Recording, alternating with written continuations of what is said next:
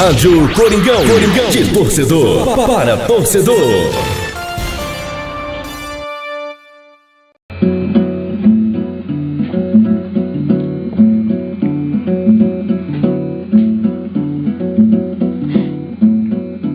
Se às vezes na minha alegria meu riso é alto, se defendo as cores do manto até mesmo nos ais, se fico quando o samba é bom, se me encanto cantar da sereia, é porque eu tenho o sangue alvinegro nas veias. Caminho de norte a sul, do castelo à favela, e coração corintiano não muda jamais.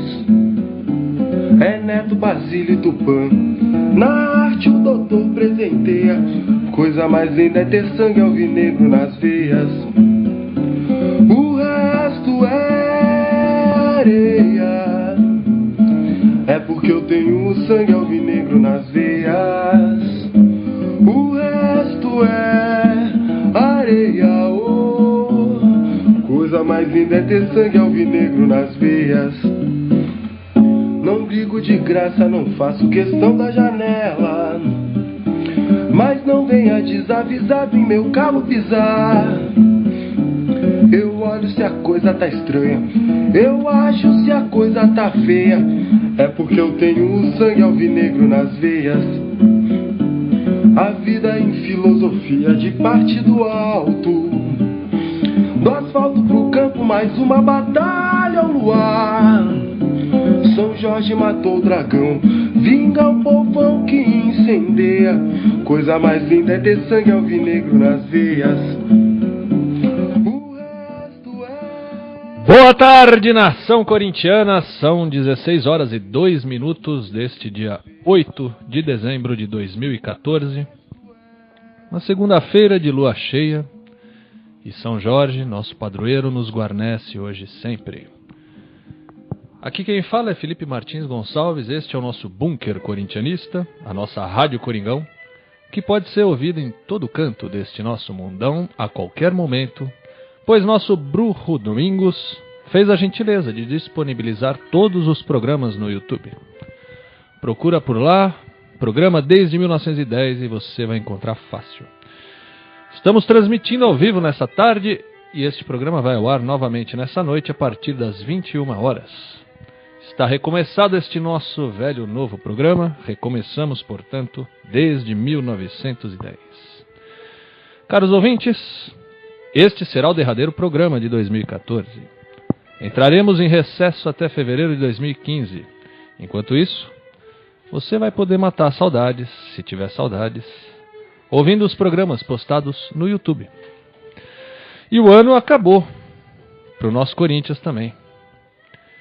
Com uma folha salarial altíssima, eles conseguiram terminar o campeonato na 4ª colocação. Pagamento de salário em dia, hein? Que coisa. O que poderia explicar esse descaso para com o nosso Corinthians, caro ouvinte? Por parte de todos os envolvidos. Sim, descaso. Porque o que se viu ao longo do ano todo foi isso. Um descaso. E a culpa é nossa. A culpa é da torcida.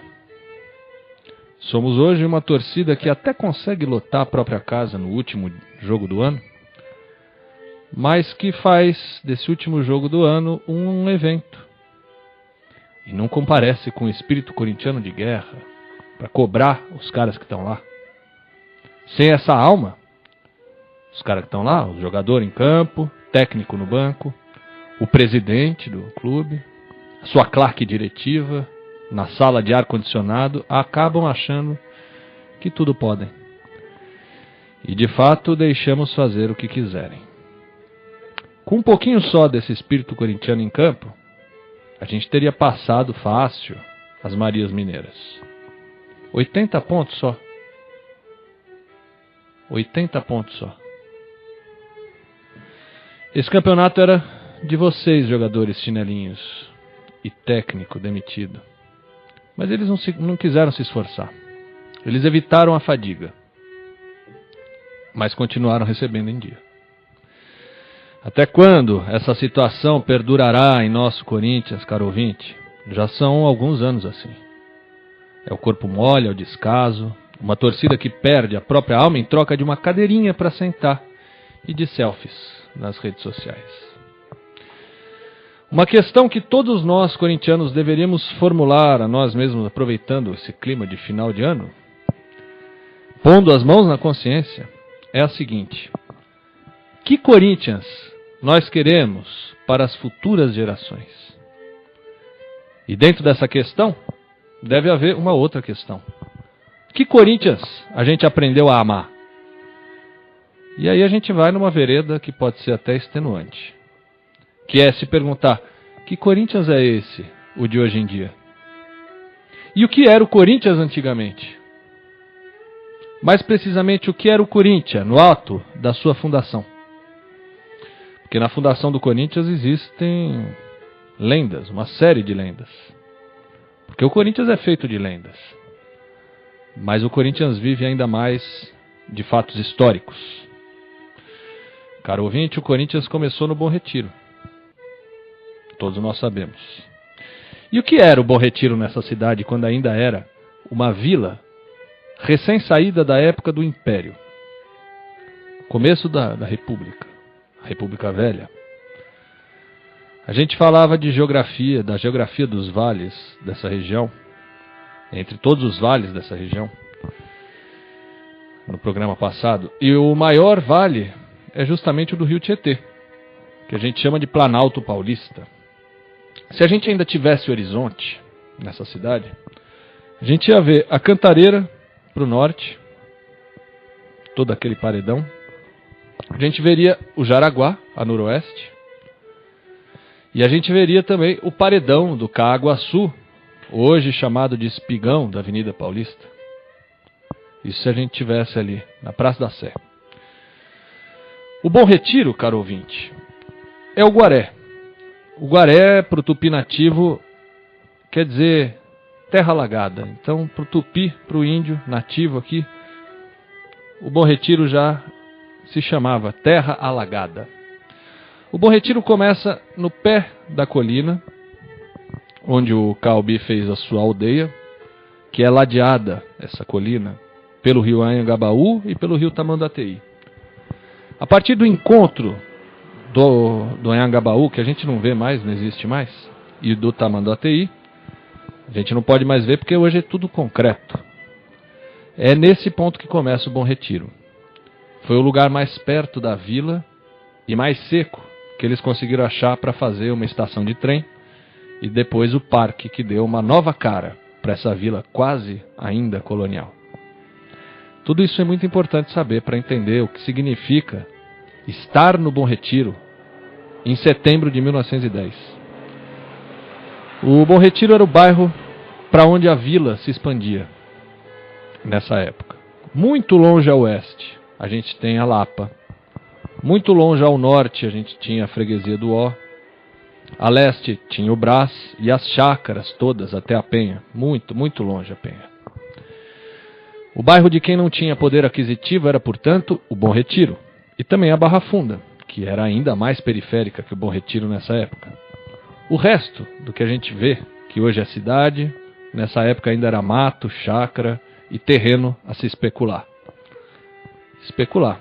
Tá aí de novo. Um cavaleiro do apocalipse, como a gente falava no outro programa. Nota que acima do Bom Retiro, no sentido topográfico da coisa, estão os Campos Elíseos, a Vila Aurora, os bairros que hoje são decadentes, né? A Cracolândia, a Praça Princesa Isabel. Tem também a outra estação de trem da cidade, o Júlio Prestes. Você já deve ter visto na sua vida. Tudo isso são as marcas dessa nova urbanização, coisa que começa justamente quando o Corinthians está nascendo. A Santa Efigênia, a Rua Aurora, a Alameda Notman, são lugares muito próximos à Rua dos Imigrantes, onde foi fundado o Corinthians. Mas são lugares divididos também por um muro, pela linha do trem e pelo pequeno vale que existia aí. Que não existe mais, porque a gente tampou tudo com concreto. Então você começa a entender por que o Corinthians nasceu no Bom Retiro e não alguns metros ao sul, do outro lado do trilho do trem. Não existia em 1910 um outro lugar para nascer o Corinthians que não fosse o próprio Bom Retiro. Nada é por acaso. Quando o imigrante chegava nessa época, ele deveria vir com uma carta de recomendação. Essa carta já lhe dava uma passagem e uma triagem para alguma fazenda de café, passando pela hospedaria, que ficava no Bom Retiro, hospedaria dos imigrantes. Essa hospedaria do Bom Retiro acabou ficando pequena, precisou ser feita uma maior, antes mesmo da virada do século XX, e eles foram fazer lá no Brás. O Brás era, portanto, a fronteira máxima da cidade, depois da fronteira da cidade ser o Bom Retiro. Mas é evidente que grande parte desses imigrantes veio sem essa carta de recomendação, sem recomendação nenhuma. Eles vieram na cara e na coragem. E o lugar primeiro que eles tiveram para se instalar foi o Bom Retiro. Quando chega o século XX, o Bom Retiro já está densamente povoado por esses imigrantes de diversas partes do mundo. E eles se juntavam aos negros na Barra Funda, e ali na Barra Funda eles criavam um primeiro gueto, se é que a gente pode chamar assim, já que esse gueto foi constantemente desfeito por estar muitíssimo próximo aos Campos Elíseos, o bairro da Madame no começo do século. Foi por isso que já nessa época abriam-se novos bairros para essa gente rica. O Jardim América, a Avenida Paulista e depois Higienópolis. Para se distanciar do Bom Retiro, da Barra Funda, do Brás, das periferias dessa época. O Bom Retiro então concentrava o povo trabalhador da cidade. Quem não tinha recomendação para ir para a lavoura, no interior do estado, trabalhava de mascate ou ia para a fábrica. Nessa época as fábricas eram pequenininhas, eram oficinas. Elas já existiam, mas não como seria depois. Por isso os trabalhos que sustentavam os primeiros corintianos eram trabalhos como pintor de parede, pedreiro, motorneiro de bonde, condutor de tilbury, alfaiate, confeiteiro. O tilbury, aliás, era o táxi da época. Era um trabalho autônomo. A pessoa só precisava juntar um dinheiro, comprar uma charrete e um cavalo. Aliás, ela alugava o cavalo da hípica. Era assim que o Alexandre Magnani fazia. Então esse imigrante juntava um dinheirinho, e isso ainda era possível nessa época. E aí ele abria o seu negócio, uma confeitaria, por exemplo, uma barbearia, uma sapataria, uma alfaiataria. O Bom Retiro hoje é conhecido pelas lojas de roupas, né? O Miguel Batalha pode ser considerado um dos precursores disso. Atendia a elite e o povo em sua alfaiataria no Bom Retiro. Ser alfaiate para o Miguel era um ofício transitório e alternativo desse nosso primeiro presidente. Quando a elite paulistana começa a fazer do futebol o seu esporte de estimação, que até então era o ciclismo, acredite você, isso na virada do século XIX para o século XX, eles criam a Liga Paulista de Futebol. Essa Liga Paulista era composta por clubes como o Paulistano, do Jardim América, veja como tudo está muito ligado, caro ouvinte, e times como o Mackenzie. O Mackenzie é uma universidade presbiteriana. Esses presbiterianos, eles vieram para cá, para o Brasil, porque alguns norte-americanos, senhores de terra e de escravos, do sul dos Estados Unidos, depois de perderem a Guerra de Secessão, entre o norte e o sul dos Estados Unidos, eles queriam reaver aquele poderio de senhor de escravos que eles tinham lá, e eles acabam escolhendo o Brasil, esse país, que era ainda escravagista. Isso era 1840, 1850, mais ou menos. Eles queriam refazer aquelas fazendas de algodão da Geórgia aqui. Eles queriam fazer aqui as suas grandes fazendas, portanto, de algodão, igual aquelas da Geórgia, onde nasceu o jazz. Mas a nossa elite brasileira acabou dando um cambal nesse pessoal. A lei de terras por aqui impedia que eles adquirissem o tanto de terra que almejavam. O resultado disso foi que, em longo prazo, todos esses senhores norte-americanos de escravos e senhores de terra, eles acabaram falindo. A cidade de Americana tem esse nome e não é por acaso. Ela foi começada justamente por esse pessoal norte-americano que viu a coisa ruir definitivamente a partir de 1888, quando, dizem por aí as vozes ditas oficiais, deixou de existir a escravidão no Brasil. Enfim, essa liga nasce, portanto, por gente escravagista, por filhos de barões e protocapitalistas. Mas esses imigrantes vieram de suas terras já com futebol na bagagem. O único lugar que sobrava para eles jogarem bola era justamente os terrenos baldios das bordas da cidade. E a borda principal da cidade era justamente o Bom Retiro. Esses terrenos eram baldios porque não se podia construir nada ali. Não porque não era permitido, mas porque eles alagavam no verão. Com as chuvas e o rio que enchia e transbordava, qualquer construção ali ia embora. Esses terrenos são chamados até hoje de várzea. Então, o futebol de várzea era isso, jogo de gente pobre, ao contrário da liga, que era o futebol da gente rica. Mas de 1900 a 1910, a própria liga se via numa sinuca de bico, porque o que acontecia era que os riquinhos não jogavam tanta bola assim quanto os pobres. Eles precisavam aliciar jogadores bons da várzea.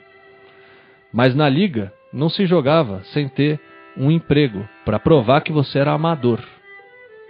Você precisava provar que era amador e que não ganhava nada com o futebol para jogar na liga.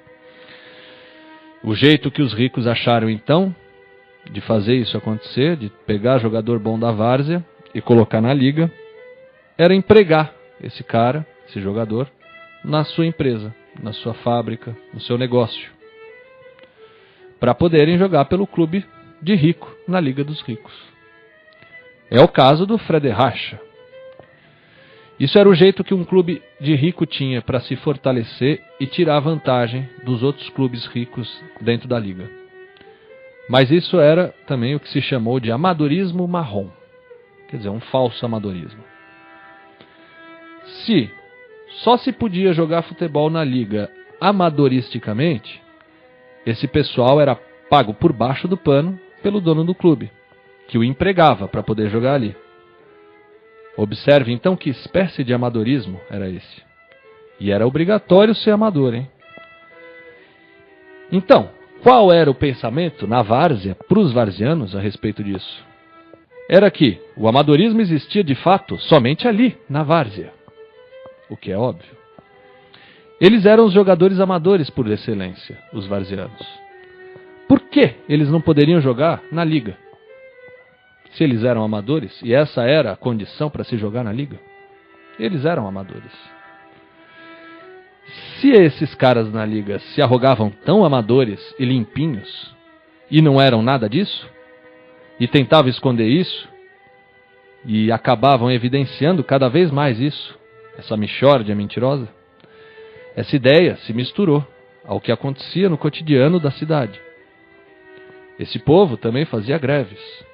E era o mesmo povo que jogava bola na várzea. Essa elite escravagista não sabia o que fazer com o trabalhador assalariado. Era muito difícil para essa elite essa relação de patrão burguês com o seu trabalhador assalariado. E aí vem a origem dessa mentalidade brasileira. Porque o arcabouço europeu, dessa coisa de patrão burguês, tem a sua origem nos mestres de oficina dos finais da Idade Média. O mestre de ofício herdava aquela oficina do seu pai. E nessa oficina existia um ofício, vamos supor, de fabricar sapato. Então existia o mestre de sapateiro, que ensinava o ofício a aprendizes, que lhe aumentariam a produção. Essa era a lógica. Esses aprendizes eram alimentados e acolhidos por esse mestre. Eles não recebiam salário fixo, mas eles recebiam uma certa quantia por participação nos lucros da oficina. A boa produção era recompensada pelas boas vendas. A venda da produção naquela época era feita através das guildas, que era a associação entre vários mestres. Cada guilda cuidava de um mercado consumidor onde nenhuma outra guilda poderia atuar. Eram mercados monopolistas das corporações de ofício.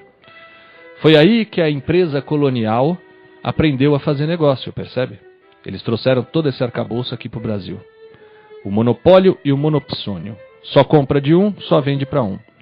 Mas lá na Europa, conforme essas guildas acabavam por se tornar conglomerados, sociedades anônimas, enfim, a relação de assalariamento foi acontecendo.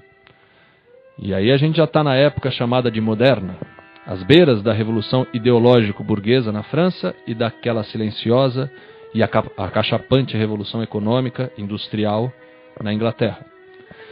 O patrão burguês, então, era, como ainda é e sempre foi, um capitalista calculista, que havia conseguido tirar o servo de gleba, que deveria viver na terra e não poderia ser expulso da terra na Idade Média, agora ele era expulso da terra,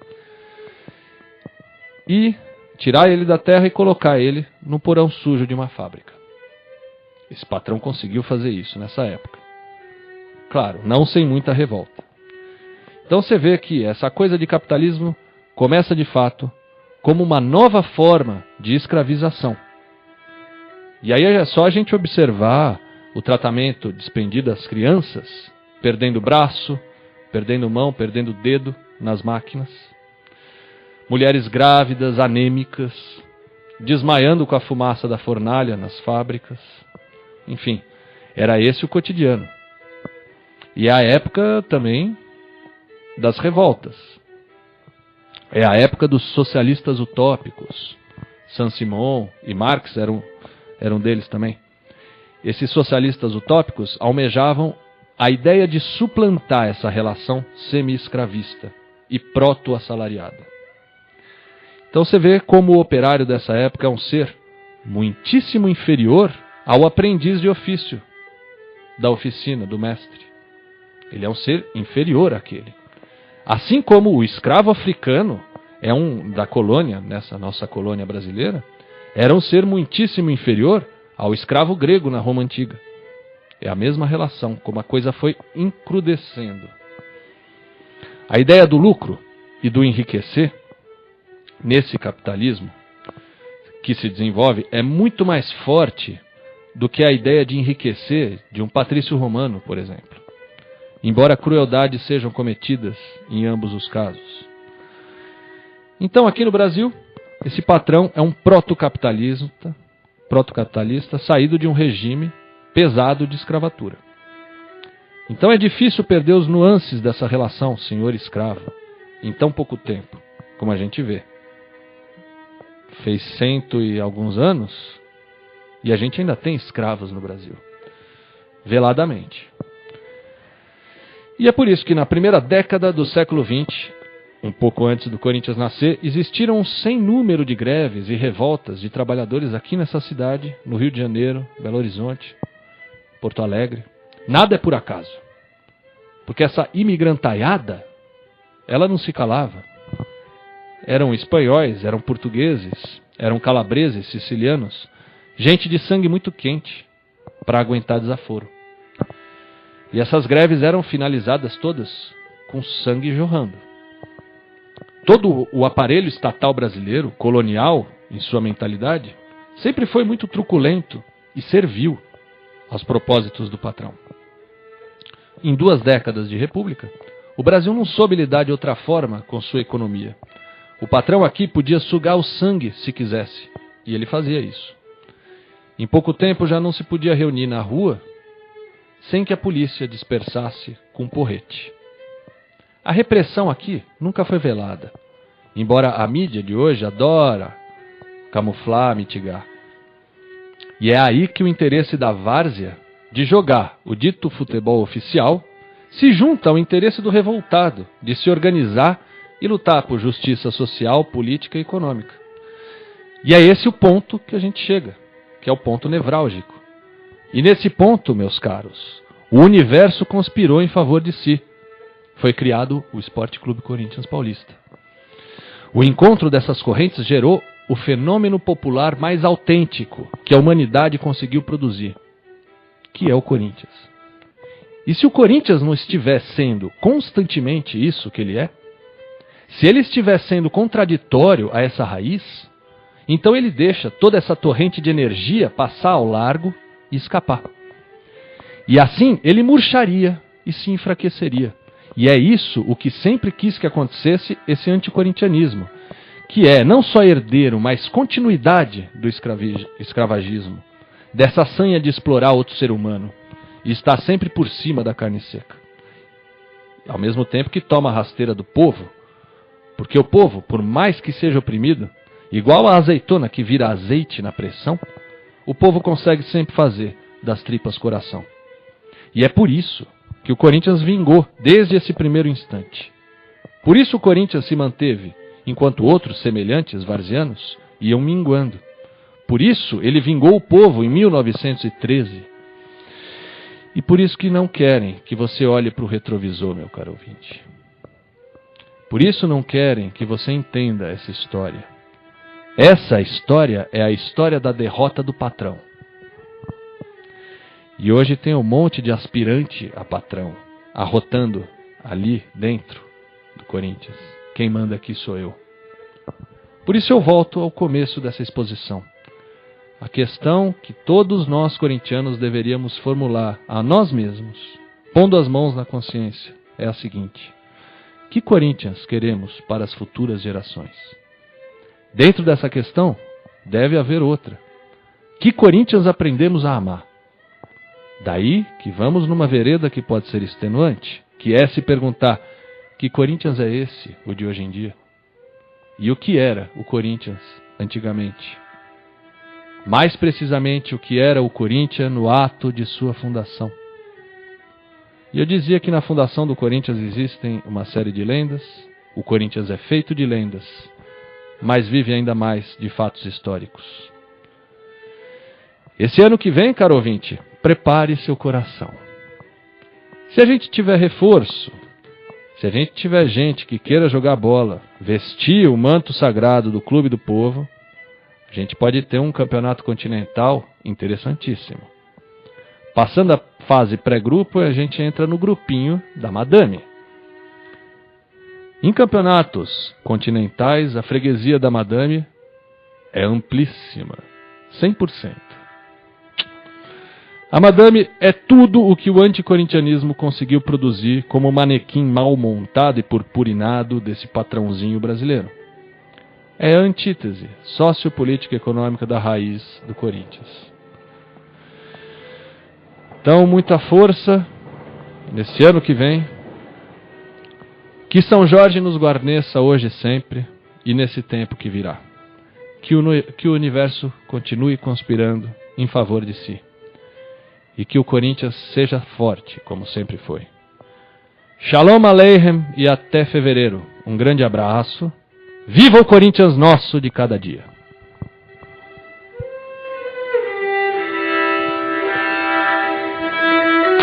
Chega ao fim mais uma transmissão da Rádio Coringão. Mas fiquem ligados que vem muito mais por aí. Rádio Coringão, de torcedor para torcedor.